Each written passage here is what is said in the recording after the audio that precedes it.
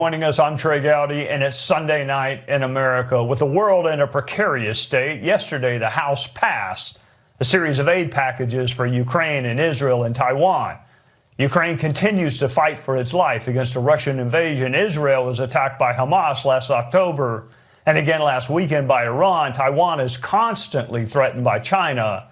But it's not just the need for help that's obvious.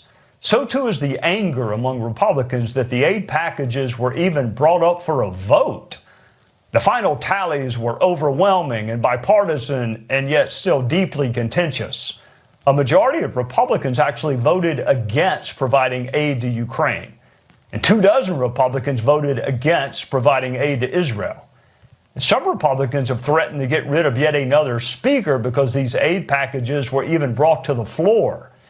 Joining us now is someone who has served 2 stints in the House of Representatives, including chairing the Committee on Oversight and Government Reform, Darrell Issa from the great state of California. Welcome, Mr. Chairman. Thank you for joining us. More Republicans voted against aid for Ukraine than for it, and 24 Republicans opposed aid for Israel. You've been a student in Congress for a long time, so let me just ask why. Why the votes against Ukraine aid and why the votes against Israel aid?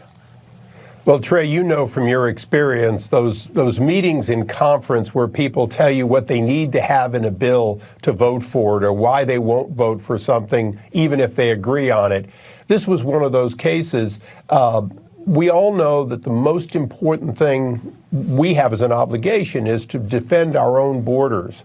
And many Republicans were angry that there wasn't more in the way of protecting our own borders, countering an administration that willfully has let over 10 million people into the country. That led to votes that would have otherwise been yes, with a package that included border security. But in this case, it was a protest vote. But there's no question at all, we're still the party of national defense, both here and around the world. You know, I had an old chairman named Darrell Issa who always told me never let perfect be the enemy of good. I am sure some of our viewers are trying to figure this out. I mean, you laid it out. I've been in those conferences. You've been in more of them. But the so-called hard right within the GOP conference, Bob Good, Matt Gaetz, Andy Biggs, voted with Rashida Tlaib, who thinks From the River to the Sea is a campfire song, Cori Bush, who wants to defund all police, and Jamal Bowman, who has a thing for fire alarms. So for our viewers who have not served in Congress like you have, what do we make of a world where the House Freedom Caucus is on the same side with the squad? Well, unfortunately, it wasn't quite all of the Freedom Caucus, but there's no question at all. We have this sort of, the breakdown in the assumption that we're a team. And when you were there, we were much more of a team with division going on in conference and unity on the floor.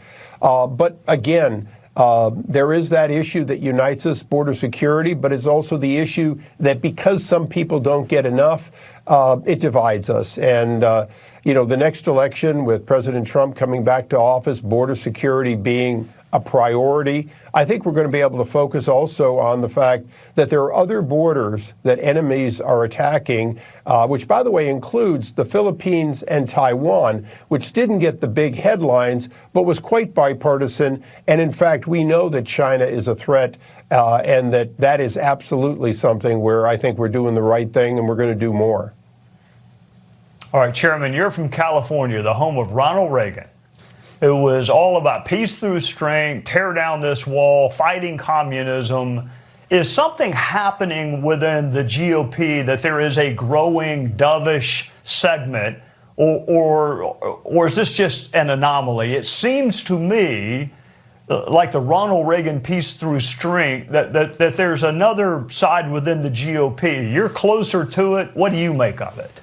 Well, I think there's always been another side. Reagan unified the country by having a message and speaking above those who might say, well, this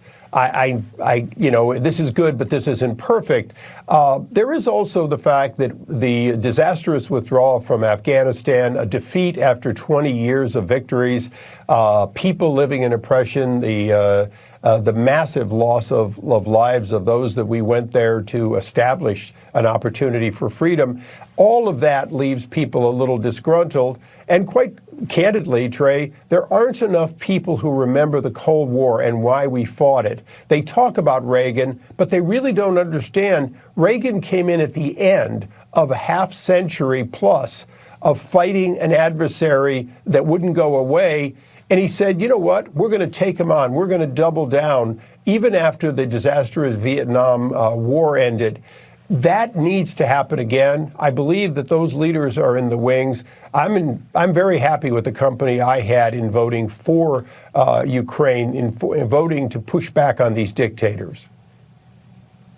Chairman Darrell Issa from the great state of California, which, by the way, California may actually decide who controls the House. It will not be ruby red districts like the one I live in. It is more likely to be California and New York. Thank you, Mr. Chairman, for joining us on a Sunday night, and I look forward to seeing you very soon.